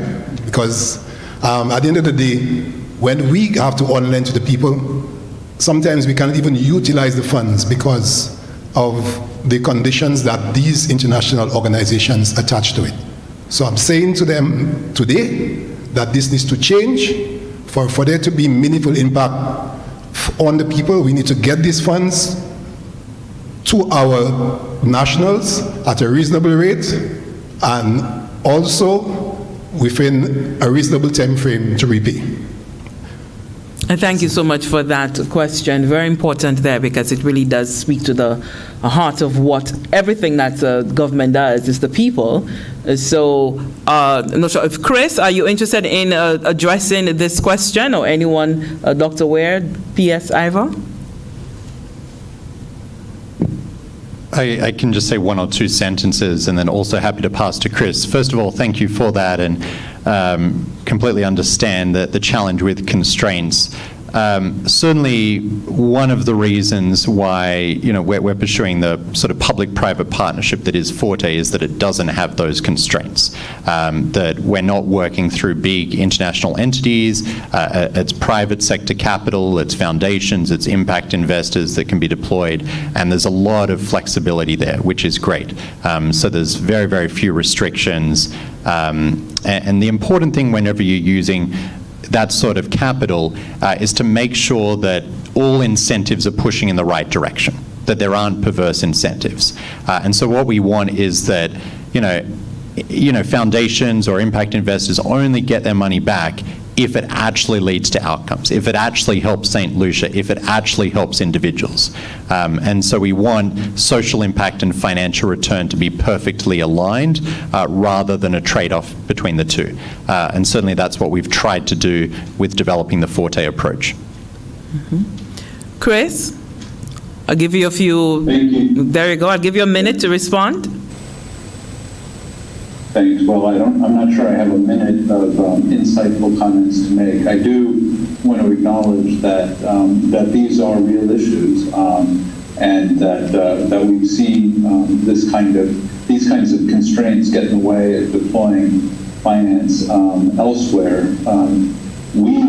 Our own experience setting up the blended finance investment vehicles that we've set up in renewable energy and in energy efficiency in particular, I think have gone some of the way in trying to take financial resources from multilateral organizations and bilateral organizations, DFIs and the like, and in a sense expand the mandate, the charge, relieve some of these constraints and allow those financial resources to be invested with fewer constraints, where our proposition, where what we deliver is the commitment that the governance and the investment process that will be used is acceptable to the DFIs and multilaterals who are investors in our funds. And so we hope that we can go part of the way in addressing these concerns, but I hasten to add these are serious constraints that I think all of us struggle with. I thank you, Chris, for that. And as the time is fast approaching there, I want to return to Dr. Ware. I know the model that you've described is an intriguing one. I know lots of people will have questions about it. And you mentioned that it is a fiscally responsible model. Can you explain to us why it is fiscally responsible? Yes, certainly. So when I think of fiscal responsibility as an economist, I think it's a few things come to mind. First of all, I don't think governments should make sure that the benefits exceed any costs. That's the goal. And the typical approach is to do some projections and analysis and project the economic benefits and use that to justify a decision making in the short term. An alternative approach is what we're doing here, which sort of guarantees that it's fiscally responsible. Because with the Forte approach, the government gets in the revenue first before any expenditure. So we've almost got a reversal of cash flows. The typical way that governments operate is spend money and they'll hope to get benefits in 3, 5, or 10 years. Maybe those benefits will come, maybe they won't. What we try to do is reverse the order. First, the government should get the benefits. First, the government should see the budget improves, more income tax revenue, and only then should any reimbursement occur. And the other benefit of that is we can make sure that the reimbursement or the repayment is less than the economic benefit. And so the combination of get the money first, then pay, not pay and hope for benefits, and make sure that any expenditure is less than the increase in revenue, I think is fiscally responsible. Because particularly at the moment, where there are obviously big budget constraints with the pandemic, this very much delays any sort of payment for 2 or 3 or 4 years, only once the economy benefits, only when unemployment is reduced and so on. Already in our 2 or 3 remaining minutes, I want to go back to PS Ivor. Daniel, we heard about the several initiatives that are taking place. Sometimes these things happen, in silos, but it's important to coordinate. We don't want to have to be duplicating and so forth. So in terms of the coordination of the various efforts in financing renewable energy from your department, can you speak to the role of government on how it is tying all those things in together? Governments normally get support from various international financing agencies. Some of them, sometimes you get duplication of efforts, and you would hear to me across the spectrum persons indicating that, hey, we could have collaborated a lot better. And sometimes we forget about the beneficiary as well. In the energy sector, what we are sort of really pleased with is that sort of consolidated approach, where you have a national energy transition strategy, you have your integrated resource plan that gives you and outlines your energy mix. So you know how much you would put into renewable energy, and in going into that path, you now determine what perhaps the percentage that you would have in solar, the percentage in wind, and the percentage in geothermal.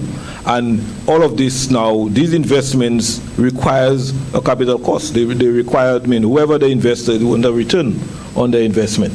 And how much would it be? It would cost over the 20-year period to maintain such infrastructure. So you can have a geothermal plant, but it has to be maintained, and you need to get a reasonable return. And will it also result in a reduction in the cost of electricity in St. Lucia?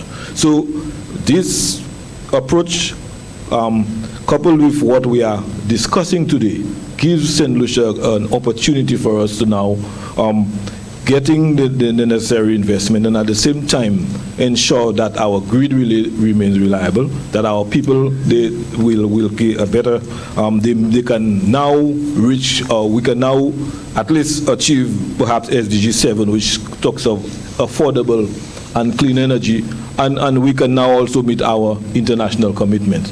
So it's important for us to have this consolidated approach, and that is where this activity, this approach is really good. I think it is Tulu who gave up some statistics about infrastructure. She's saying not only is it emits 79% of greenhouse gases, but 88% of adaptation funds are spent on infrastructure. And you would really want to ensure that as we build in back better, that you have low carbon infrastructure, and that cuts across all of the various sectors that we speak to, because most sectors rely on energy.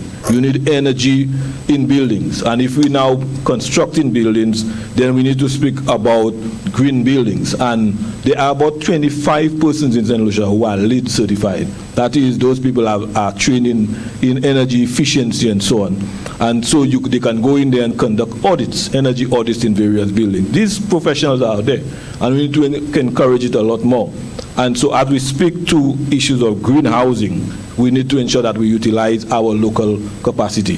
So we have some great potential in St. Lucia in order for us to get moving with it. And if the financing, now I'm saying, is becoming available, then the private sector become a little more interested. But we must not allow the legislation to stand in the way. And that is where the role of the ministry and the Department of Energy comes in. All right, thank you so much for that, PS Ivor Daniel. And we want to say thank you so much. But let me just ask quickly, Fabian, do we have any questions coming on our virtual platform? Any questions? Nothing at the moment. Okay, so we want to... General comments are being made on our virtual platform. Okay. We want to thank so much our panelists for giving us the insights into the initiatives, what the solutions are, how we're going to be able to access that financing that we need for our sustainable development. And now we are going to go for the way forward. So we have all of the solutions and how we're getting it done. So now hand you back to Glenn for that. Thank you so much.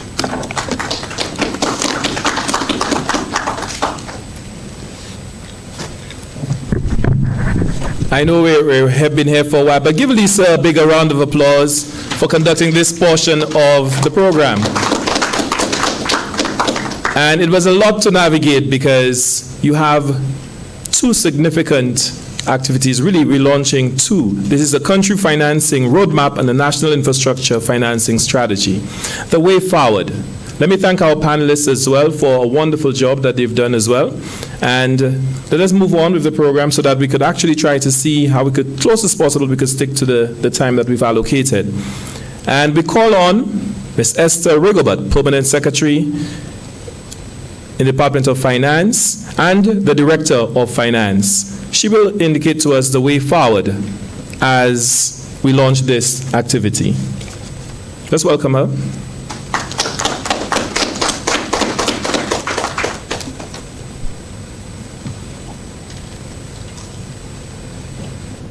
Thank you, Mr. Simon. Protocol having been established, honorable ministers, excellencies, permanent secretaries, distinguished ladies and gentlemen. I wish to extend warm greetings to you. Unlocking financing for sustainable development in St. Lucia is a befitting theme for today's event.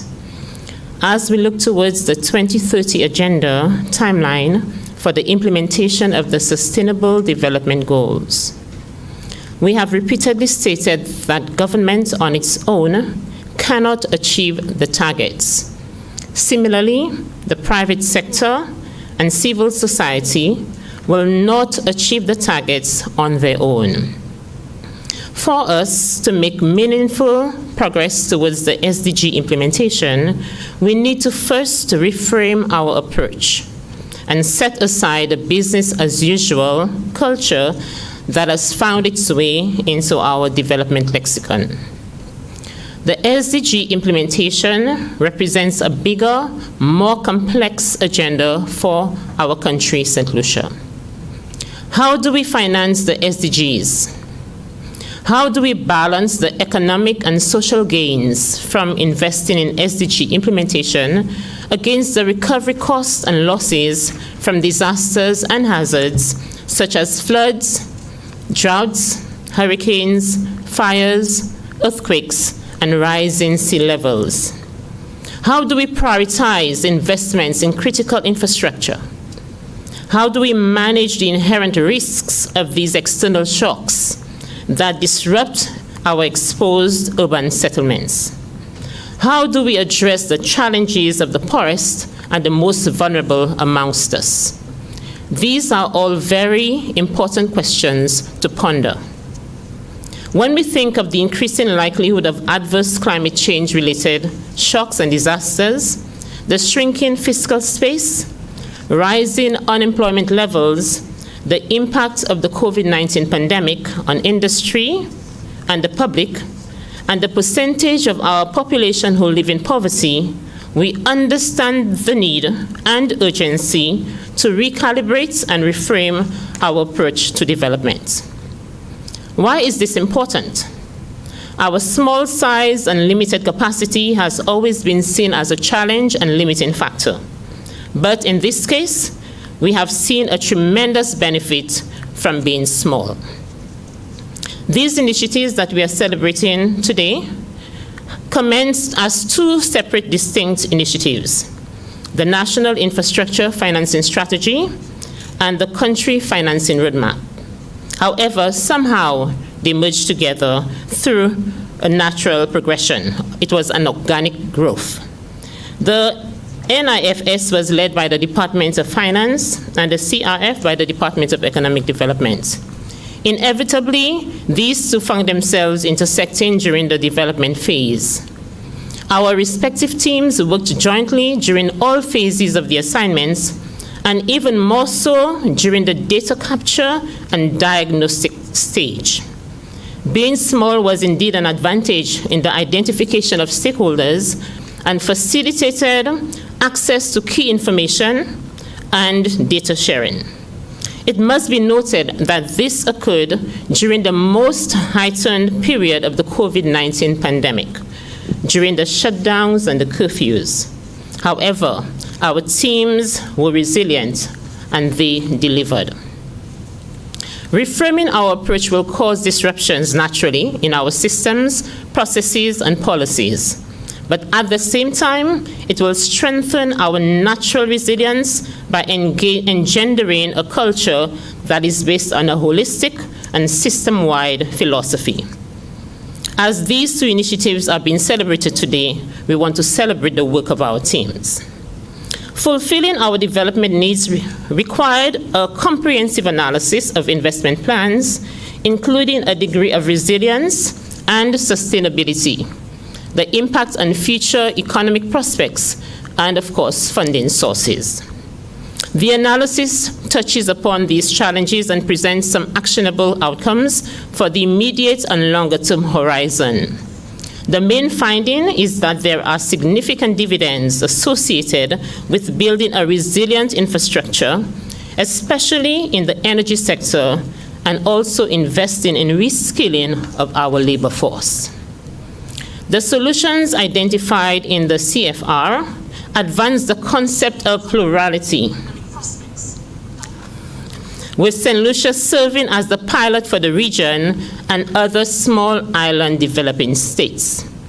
The solutions are presented in three tiers: foundational, economic resilience, and low carbon competitiveness. We are advancing the implementation of these initiatives, and you would have just heard from our distinguished panel. We remain committed to sharing our experiences and replicating the model.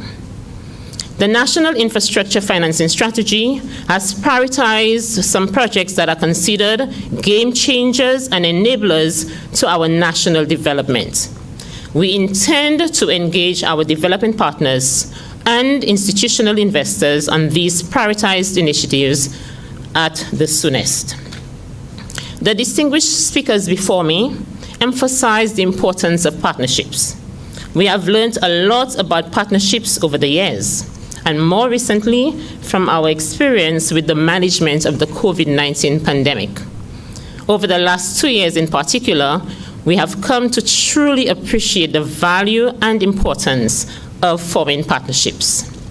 We understand and fully appreciate the need to quantify the return on investment, and we stand ready to engage in dialogue with you, our valued partners, on all opportunities explored and presented here today. We are confident that you, our partners, will assist in the structuring of these opportunities to bankability, scale, and investment grade.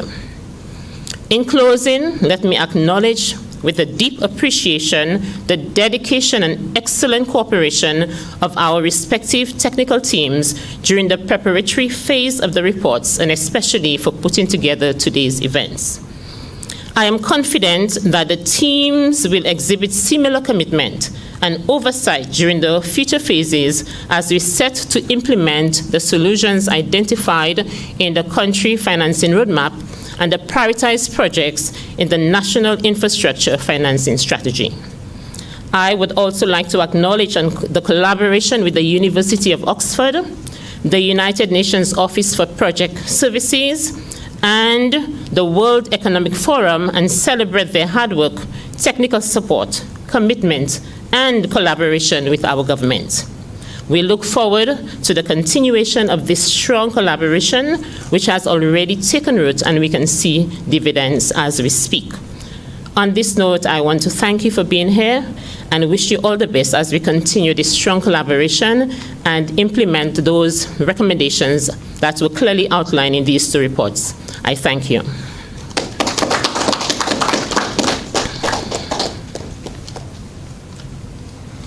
Thank you, PS. One of the things that resonated was partnerships and how strong the partnerships are in formulating this launch and the two activities, bringing them together.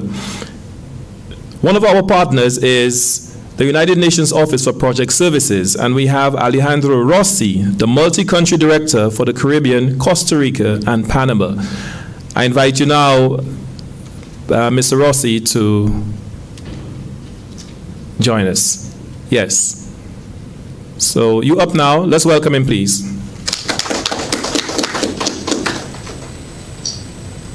Thank you so much, and good morning to everybody. Honorable Wayne Girard, Minister in the Ministry of Finance, Economic Development and Youth Economy, other specially invited ministers and permanent secretaries, Mr. Howard Wells, Director of the National Integrated Planning and Program Unit, esteemed guests, ladies and gentlemen. It is a great pleasure to participate in this important event at such a crucial time when St. Lucia is working strategically to accelerate economic recovery and secure investments for sustainable infrastructure initiatives.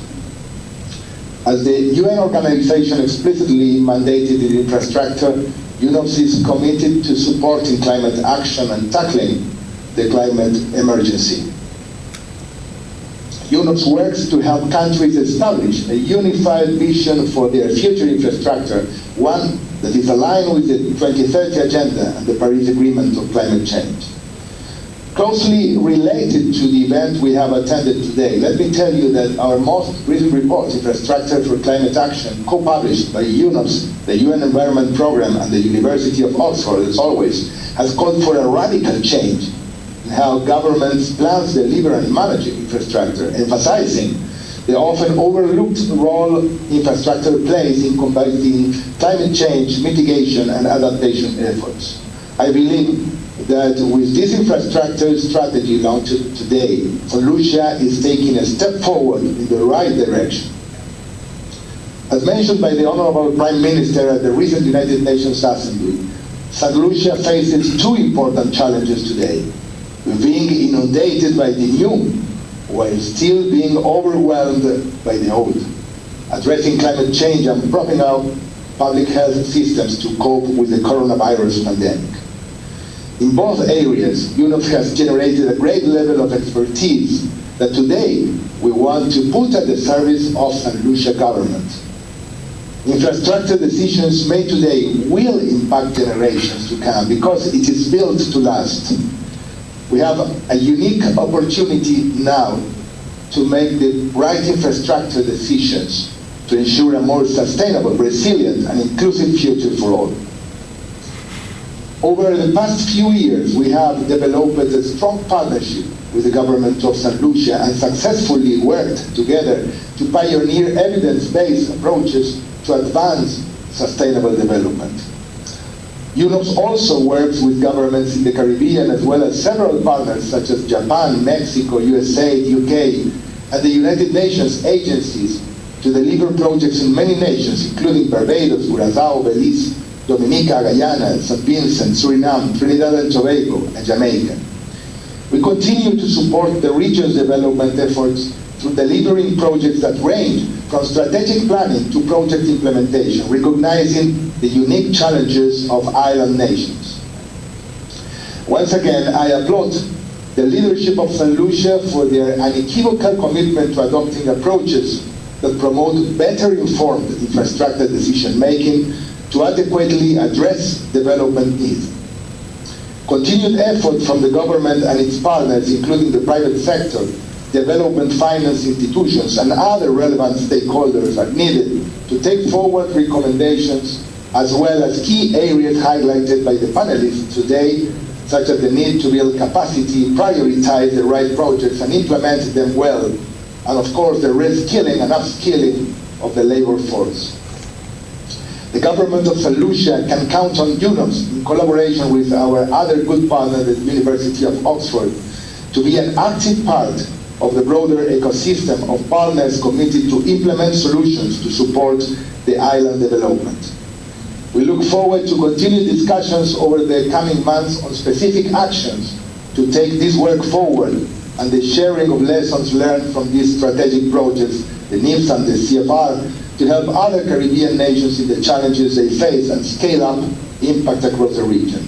Last but not least, we would like to reassure that UNOPS is ready to support St. Lucia with an extremely operational approach, as always, in every coordination with the other UN agencies, funds and programs working in the country, regarding country priorities established in the St. Lucia Economic Recovery and Resilience Plans, in the context of COVID-19 recovery actions, and very specifically with regards to the health infrastructure and water and sanitation sectors as core topics to be addressed. Thank you so much. Thank you, Mr. Rossi, and thanks for expressing the way forward. UNOPS continues to work in partnership with us in St. Lucia, and we look forward to continuing that work together. Another strategic partner is the World Economic Forum, and leading the team for the CFR is Diana Gosman. She's the Head Sustainable Development Investment Partnership, and we invite her now to tell us the way forward as we introduce her. Welcome her, please.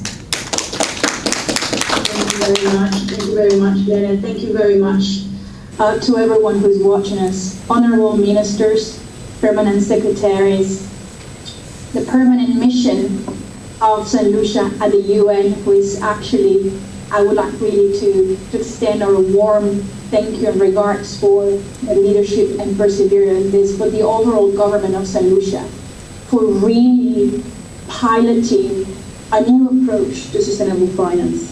On behalf of the World Economic Forum and the Sustainable Development Investment Partnership, we would like to thank you for your leadership, your long-term approach, your perseverance, your flexibility, but most importantly, your eagerness to innovate to get better for your people. And I think for us, that has been an absolutely pleasure and a big learning on how much a nation is really willing to put itself on the line and open the door to a multi-stakeholder approach where we have convened global, regional, and domestic, public and private institutions. Not an easy process, sometimes a little bit messy, but what has never left the room is really the willingness to get to a how. How do we move forward? How do we get where we should be? How do we really provide the future that we deserve? And with that said, here at the World Economic Forum, we really look forward to continue the collaboration with St. Lucia. St. Lucia for us is a first mover, is a pace setter in the Caribbean. Why? Because you have taken the CFR approach and you piloted it. You believed in us when we're really trying to try something new, something innovative. And St. Lucia raised their hand, and in particular, Miss Kimberly Lewis in New York, who I really say thank you, put herself on the line and said, St. Lucia's going to pilot this, and St. Lucia's going to lead the way, and St. Lucia did.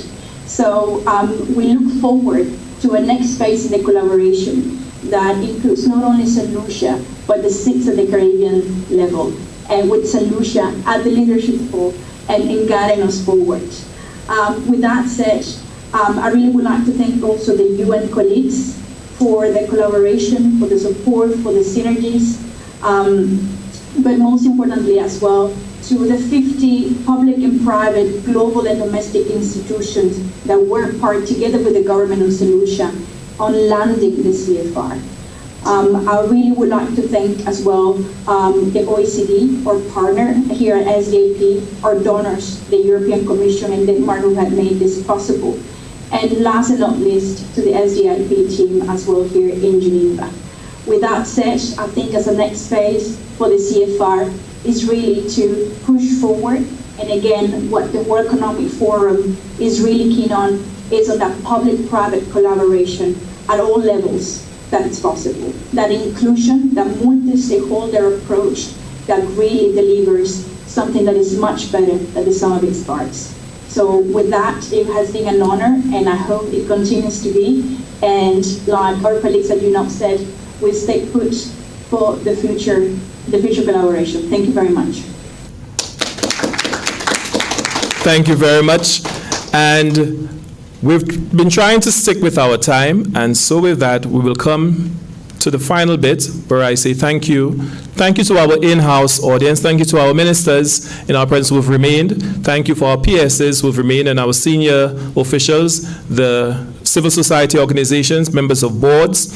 Thank you for the virtual audience who have remained with us from the various agencies. And we'd say from what we've been viewing, what we've been listening to is the launch of St. Lucia's Country Financing Roadmap and the National Infrastructure Financing Strategy. And the theme again, unlocking financing for sustainable development in St. Lucia. Thank you and have a wonderful day, and this brings an end to the official launch. Thank you very much.